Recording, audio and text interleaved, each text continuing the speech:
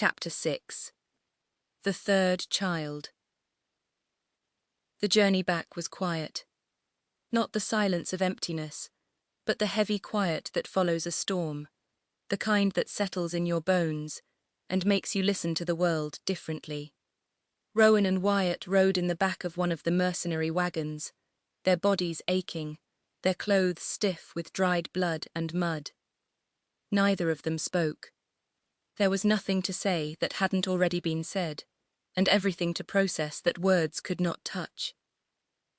Rowan kept replaying the battle in his mind, the shaman's ice, the chieftain's cleavers, the way Zen's lightning split and branched like a living thing, the way Gran's strikes cracked the earth like thunder.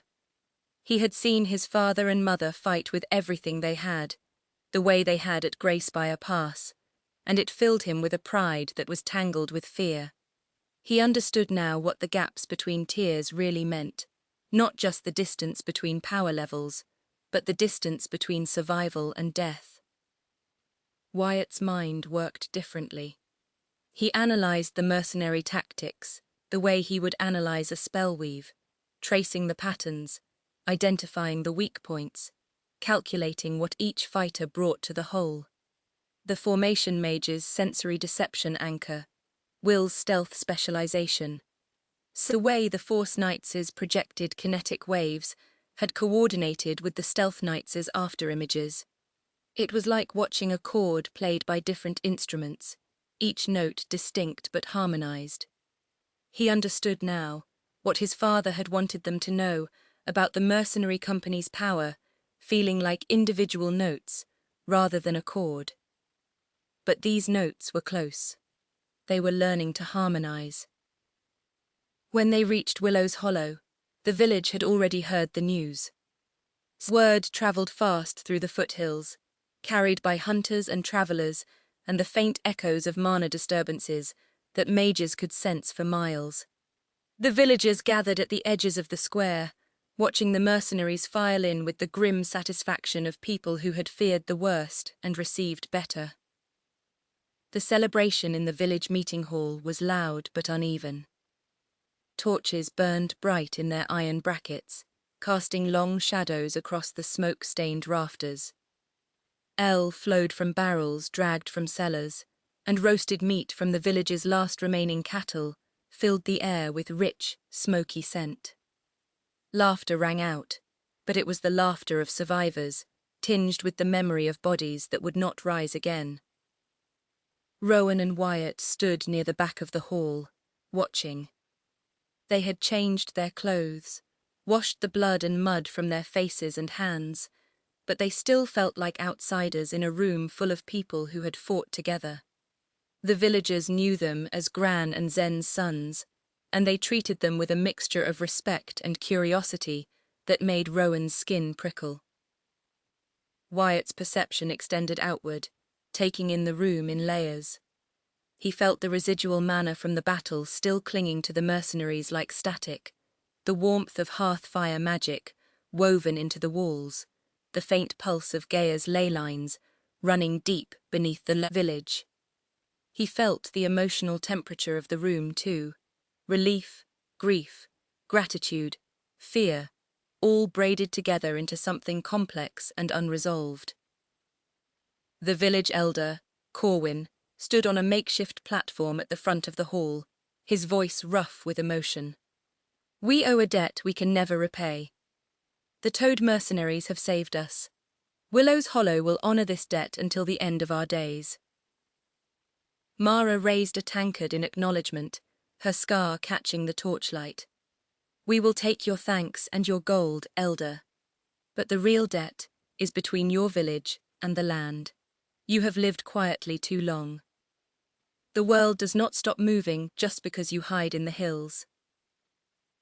The words landed like stones in still water. The room went quiet for a moment. Corwin's jaw tightened, but he nodded slowly. "We understand," he said quietly. "What would you recommend?" Mara exchanged a look with Torren. Will, standing near the wall with his arms crossed, watched the exchange with a thoughtful expression. He had seen this pattern before. Villages that survived a monster attack emerging with a false sense of security, believing that one victory meant the danger was over. The celebration wound down past midnight. The mercenaries prepared to depart at first light, their work in Willow's Hollow complete. Will found Gran and Zen near the edge of the village square, where the boys stood quietly waiting. "Gran," Will said, his voice low. "Your sons were steady under pressure. Better than steady. They have the makings of something special." Gran nodded, his expression unreadable. "They will need more than makings." "I know." Will's eyes flicked to Rowan, then Wyatt. "If they ever want to learn more about the paths available to them, I would be happy to help. Stealth, speed, the things you cannot teach in a grove. Consider it a small payment for the debt of your assistance." Sen studied Will's face. She was not easily read, but she recognized the sincerity beneath his easy manner. "We will consider it," she said carefully. Will nodded, satisfied. He clapped Gran on the shoulder, offered the boys a wink, and walked away to join his departing company. The mercenaries filed out of Willow's Hollow before dawn, their wagons rolling west into the darkness, their flags furled and their pipes unlit. Gran did not sleep that night. He stood on the porch, watching the road where the mercenaries had disappeared, his arms crossed, his expression unreadable in the dark. Zen came to stand beside him after a time, saying nothing, just standing with him in the silence. At first light, Gran called the boys to the yard. "You are going to train," he said, his voice flat and certain. 2 days, with Will and the formation mage, Karal. Rowan's head came up. "We just came back from a battle." "I know," Gran said. His eyes hardened. "That is precisely why." He walked between them, his massive frame casting a long shadow in the morning light. "The world is not going to wait for us to be ready. What happened out there, what we saw, what the mercenaries showed us, that is only a fraction of what exists. The gaps between where we are and where our sons need to be are not empty spaces. They are chasms, and chasms do not close on their own." Zen stepped forward, her voice calm, but carrying the weight of shared understanding. Will offered to train them in stealth. Karal offered formation magic. 2 paths neither of us can teach. 2 paths that could matter. Gran looked at each of his sons in turn. 2 days. You will ride with Will and Karal to their staging camp. Learn what they can teach. Come back changed. Rowan opened his mouth to argue, then closed it. He had heard that tone before. It was not a negotiation. "Go," Gran said. "Pack light. You will learn to live out of a pack for 2 days." Will's training was nothing like Gran's. Gran had taught Rowan to push his power outward, to project force, to make himself undeniable. Will taught him to do the opposite, to erase himself completely, not just hide, not just move quietly, to become nothing. "You are thinking about how to move," Will said on the first morning, pacing around Rowan in a wide circle. "Stop thinking about movement. Start thinking about absence." They were in a dense thicket of pine and underbrush, the kind of terrain where a man could vanish if he knew how. Will had given Rowan a simple task: approach him without being detected. Rowan had tried everything Gran had taught him. He diffused his mana to dampen his footsteps. He slowed his breathing until it matched the wind. He pressed himself against tree trunks and held still for hours. Will had not even looked up from the whetstone he was using to sharpen his blade. "You are still there," Will said, not stopping his work. "I can feel you. You are a rock in a stream. The water flows around you, but the rock is still there. Huan! Rowan gritted his teeth. I am doing everything you asked. Stök. No. Will finally looked up, his dark eyes sharp. You are doing everything you have ever been taught. That is the problem. He stood and walked past Rowan, stopping 10 paces away. Your father taught you to push mana outward. Good. That is your foundation. But stealth is not about pushing. It is about pulling. Pull your mana inward. Not just your diffusion. Everything. Your presence, your awareness, your intent. Compress it all into a single point and hold it there. Let the world forget you are standing in it. Rowan closed his eyes and tried. He pulled his mana inward the way Gran had taught him, but instead of letting it harden his frame, he compressed it tighter and tighter, drawing it into a point at his core. He pushed his awareness inward, folding it like layers of cloth. He let go of his intent to approach, to move, to be. When he opened his eyes, Will was staring at him, not at him, through him. His expression had shifted. The easy smile was gone, replaced by something closer to respect. There, Will said quietly. You were gone for 3 seconds. That is enough to start with. Rowan looked down at his hands. He could still feel the compression, the strange emptiness of having pulled everything inward. For those 3 seconds, he had felt nothing, no weight, no temperature, no sound. He had been a hole in the world. Again, Will said. Wyatt's training with Carol was equally foreign. The formation mage had introduced himself simply as Carol, a man with a calm demeanor and eyes that seemed to look at everything at once. He was not tall, not particularly imposing, but there was a steadiness to his presence that made Wyatt feel small in a way that was not unpleasant.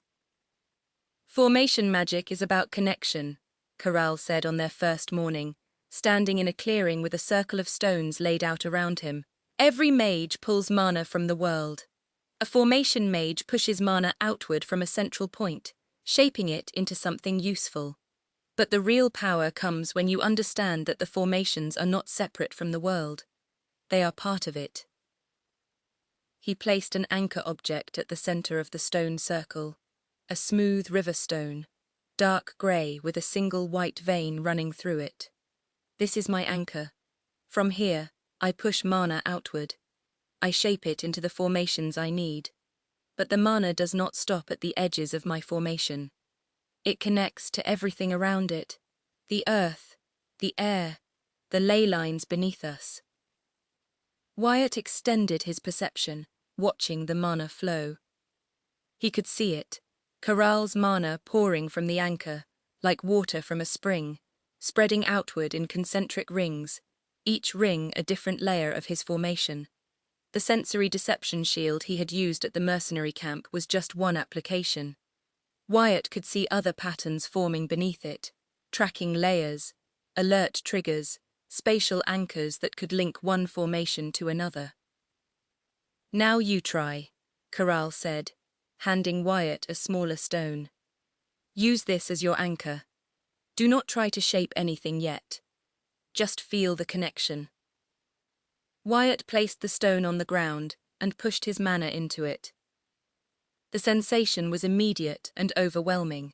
His mana flowed from his core, through his hands, into the stone, and then exploded outward in every direction. He could feel it connecting to the earth beneath him, to the air around him, to the mana already present in the clearing from Corral's formation. And then he saw it. Mana threads, thousands of them, stretching from his anchor to Corral's anchor, from the stones to the trees to the ground itself. They were all connected, braided together in a vast, invisible lattice that covered the earth like a web. His formation was not a shield or a barrier. It was a node in a larger system, and by understanding the connections, He could reach into that system and pull. I see it, Wyatt whispered. Corral nodded. Good. Now learn to make them interlock. On the second day, Wyatt asked the question that had been nagging him since the battle. Corral, he said, watching the formation mage adjust his anchor stone. At the orc camp, I asked you how the scouts navigate your formation. My mother said they have keys, but never actually explained how that works. A key on something designed to hide perception. How does that even function? Corral smiled, a slow, knowing thing. An excellent question. Most people never think to ask. He knelt beside his anchor and ran his fingers along the white vein in the stone. A formation is like a door. Most doors have hinges. You push or pull on the hinge side, and the door swings open or shut. But some doors have handles. You turn the handle, and the door opens from the inside. He picked up the anchor stone and held it out to Wyatt. A scout's key is a handle. It is a small anchor object, tied to a specific formation pattern. When a scout holds it near my central anchor, it creates a temporary connection, a path through the formation that feels like nothing to anyone outside it. The scout walks through as though the formation is not there, because for them, it is not. Wyatt's mind raced. So the key does not bypass the formation, it opens a door in it. Exactly. Corral set the stone back down. Most people think in terms of breaking things, pushing through walls, tearing down barriers, but formation magic is not about force. It is about understanding where the hinges are and which way they swing. Wyatt looked at the stone with new eyes. He could feel the faint resonance of the key magic still lingering in the air, a subtle hum that his perception could trace back to the white vein in the rock. It was beautiful, not the brute force of his father's kinetic strikes or his mother's lightning, but something quieter, more precise. A door that opened only for those who knew how to turn the handle. They returned to Willow's Hollow on the third evening, exhausted but changed. Rowan carried the quiet stillness of someone who had learned to be nothing. Wyatt carried the wide-eyed wonder of someone who had seen the world's hidden architecture for the first time. Gran met them at the door. He looked at Rowan first, then at Wyatt, and nodded once. He did not need to ask what they had learned. He could see it in their posture, in the way they carried themselves differently than when they had left. Good, he said simply. Rest. We will talk tomorrow. But there was no tomorrow. The first message arrived at dawn. A rider burst into Willow's Hollow on a sweating horse, his face grey with exhaustion, his cloak torn and stained with dust. He carried a sealed letter, bearing a crest that Gran and Zen recognized, a thorned vine wrapped around a broken sword. Zen broke the seal and read the message in silence. Her face went pale, then harder. The way it had gone hard at Greyspire Pass, in the moments before she had raised her first ward against an army. What is it? Gran asked, his voice low. Zen handed him the letter without a word. Gran read it. His expression did not change, but his hands tightened around the parchment until the edges crumpled. The March of Thornvale is dead, Zen said quietly. The message says the third child succeeded their father as the new March of Thornvale, not the first, not the second. Gran set the letter down on the table. His hands were steady now. What do you remember about the first child? Zen closed her eyes for a moment, searching her memory. The first child, a boy, much like the now deceased March. Intense. Driven. The kind of kid who threw himself into drills until he collapsed. Gran's fingers drummed once on the table. The second. Second. A girl. Intelligent. Focused. The one everyone thought would inherit. And the third. Sen hesitated. Another boy. Quiet. Unpredictable. If I remember correctly, he was the one who'd watch everything and say nothing. The kind of kid who studied the room more than the lesson. I always thought he was dangerous, in a way that did not announce itself. Her voice had gone flat on the last line. Gran noticed. The second message came 2 days later. It arrived not by rider, but by magic. A shimmering portal opened in Zen's study, and a single sheet of parchment drifted through, landing on her desk. Zen recognized the signature immediately, and felt a cold knot tighten in her stomach. The portal had tracked the mana signature of the first message's parchment. Whoever sent this knew exactly where she was, down to the room. Her hands trembled as she unrolled it. "Recall to service," she read aloud, her voice flat. "All former personnel of the Thornvale Division are to report to the northern staging point within 30 days. Failure to comply will be treated as desertion." She looked up at Gran. "They are coming for us." Gran's expression was unreadable. "How long?" 30 days. But they will not wait 30 days to enforce it. They will send someone first. Someone to make an example. Zen stood and walked to the window, looking out over Willow's Hollow. Her mind was working through possibilities, calculating odds, weighing options. "I need to find the papers. The discharge papers. If they are coming, I need to know what we are dealing with." The attic was cold and smelled of old paper and dried lavender. Zen had not been up here in years. She had sealed the boxes herself after they left the military, wrapping them in preservation charms and hiding them behind the false wall behind the oldest rafters. Rowan and Wyatt followed her up the narrow stairs, their footsteps silent on the worn wooden planks. The attic was dim, lit only by a single round window that let in pale morning light. Boxes were stacked against the walls, their labels faded but still legible. Thornvale Division, personnel records, discharge documents. Zen's hands shook as she opened the last box. Inside were folders, each one containing reports and official seals.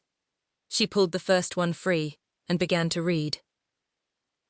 Her own discharge papers were there, properly signed, properly sealed, bearing the authority of the Old March and the Thornvale High Command.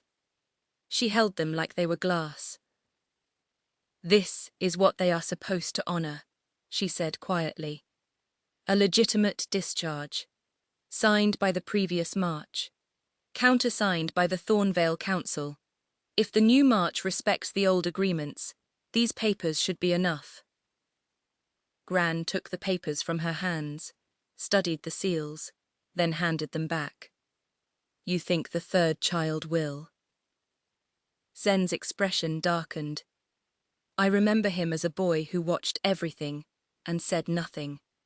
There is a difference between a child who does not speak and a child who is planning what to say. I do not trust silence like that." She tucked the papers into her cloak. "Whatever comes, we have the documents. That is all we can do." 16 days after the first message, 3 mages and a knight arrived at Willow's Hollow. They came in the afternoon, riding hard, their armor bearing the same thorned vine and broken sword crest from the letter. They did not announce themselves as envoys. They did not ask to speak with the village elder. They came directly to Gran and Zen's cottage. The knight knocked first. When Zen opened the door, his eyes went to her, then to the boys standing behind her. He did not draw his weapon. He simply studied her face with a look that was neither respectful nor hostile, more like a man reading a ledger. "You are Zen of the Thornvale Division," he said. It was not a question. Sen crossed her arms, I am, and you are. Knight Captain Vale, 3rd Advance Party, under the new March's authority. His eyes flicked past her to the cottage interior. You have not reported. The recall order was clear. 30 days. Sen's jaw tightened. She reached into her cloak and withdrew the discharge papers, holding them out. Then you know why I will not be reporting. These are legitimate. Signed by the previous March. Countersigned by the Council. My service is complete. Vale took the papers without touching her hand. He did not break the seal immediately. He held them between 2 fingers, studying them the way one might study a coin and wonder if it is genuine. Then he looked up at Zen, and something in his expression shifted. Not disbelief, not recognition of validity. Something worse. Amusement. The new March has not recognized any of the previous administration's documents, he said casually, as if commenting on the weather. The old seals mean nothing now. The old authority is dead. Everything it signed died with it. He handed the papers back. They were uncrumpled, unmarked, completely disregarded. The 30-day window still stands, Vale continued. You have a choice. Walk into the northern staging point voluntarily, and you will be treated according to your former rank. Refuse, and we will not be so polite the next time. Sen's voice was ice. You came here to tell me my papers are worthless. Juan, we came here to tell you the new March is generous enough to give you a choice. Vale's smile did not reach his eyes. Most people do not get a choice. Gran stepped into the doorway beside Zen. His massive frame filled the space, his diffused mana pulsing at a quiet, dangerous frequency. Is that a threat? Vale's eyes flicked to Gran, then back to Zen. It is information. There is a difference. He turned to leave. He mounted his horse and rode away, the 3 mages following. They did not look back. Gran closed the door and locked it. He turned to Zen, who was standing in the center of the room, staring at the discharge papers in her hand. They mean it, Zen said. The new March is not honoring anything, not the old agreements, not the old seals, not the authority of a dead man. Gran's jaw tightened. He walked to the window and looked out at the road. Unhinged. Sen's expression was grim. Not unhinged. Worse. He is drunk on power, but he is not mad. He is scheming. Vale was not acting on impulse. He was following a script. The new March is building something, and we are in it. Near normalcy settled over Willow's Hollow like a thin layer of ice over deep water. It had been 6 months since the last message had been delivered by the Thornvale Night Vale. The villagers went about their lives. The fields were planted. The fences were mended. The children played in the streets. But Gran and Zen moved differently now. They spoke less. They trained harder. The hidden grove, scarred and destroyed from years of sessions, bore new wounds, deeper craters, more splintered wood, the earth torn in patterns that spoke of power, pushed beyond its previous limits. Rowan's training evolved in ways that surprised even him. The stealth training had changed something fundamental in how Rowan perceived himself and the world. He could still disappear, still compress his presence into nothingness, but the skill was fragile. It required absolute focus, and that focus was still breaking, less now than before, but progress was slow. Wyatt's formation training had been equally transformative. He had learned to extend his perception outward, not just as a passive sense, but as an active tool, reading the mana lattice that connected everything in the world. He could feel the ley lines beneath Willow's Hollow, like veins of silver running through the earth. He could sense the subtle shifts in ambient mana that preceded weather changes, the faint tremors of distant battles, the quiet hum of Gaia's breathing. But knowledge was not power. Not yet. The gaps between where they were and where they needed to be remained vast, and the long-since-expired 30-day deadline hung over the house like a sword suspended by a single thread. 9 months after the first message, the Thornvale force arrived. Gran and Zen's cottage sat on the edge of Willow's Hollow, at the tree line near the stream. It was the first thing the riders saw. They came at dusk, riding into the tree line with the kind of silence that was not natural. 20 mages and 10 knights, their armor polished, their cloaks bearing the thorned vine crest, their faces hidden behind visors or shadow. They did not dismount. They did not announce themselves. They simply fanned out along the perimeter of the cottage grounds, cutting off every approach. A single figure stepped forward from the formation. He was not armored. He wore a dark suit with a high collar, and his face was calm, almost pleasant, which made it all the more unsettling. He carried no visible weapon. He did not need one. "I am a messenger from the Thornvale Command," he said, his voice carrying clearly across the quiet clearing. "I have come to deliver a verbal reminder of the discharge recall.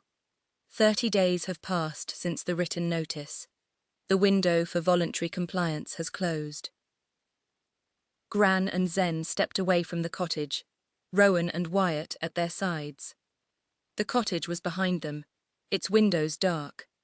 Willow's Hollow lay in the distance, the villagers having retreated indoors the moment the riders appeared on the ridge. "You have your answer," Gran said, his voice low and steady. "She is not returning to service." The messenger's expression did not change. "I understand, and I am authorized to inform you of the consequences." Zen's eyes narrowed. "You came here to threaten us."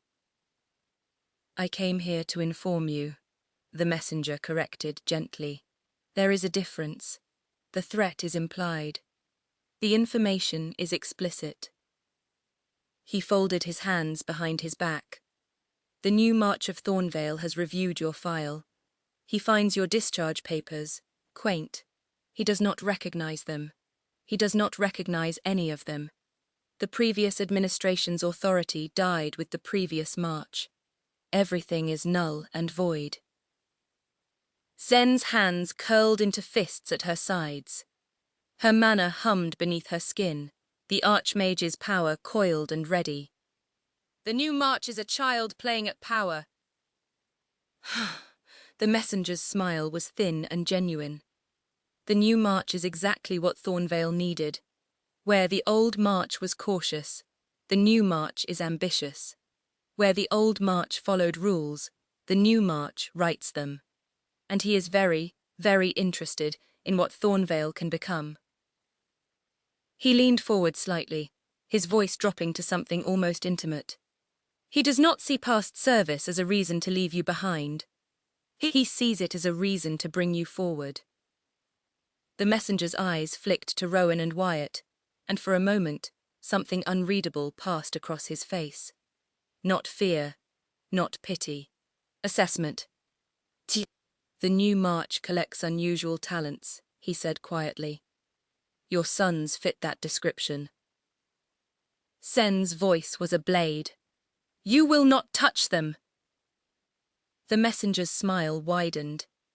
"I am merely the messenger. The march does not send requests. He sends commands, and he does not accept refusal."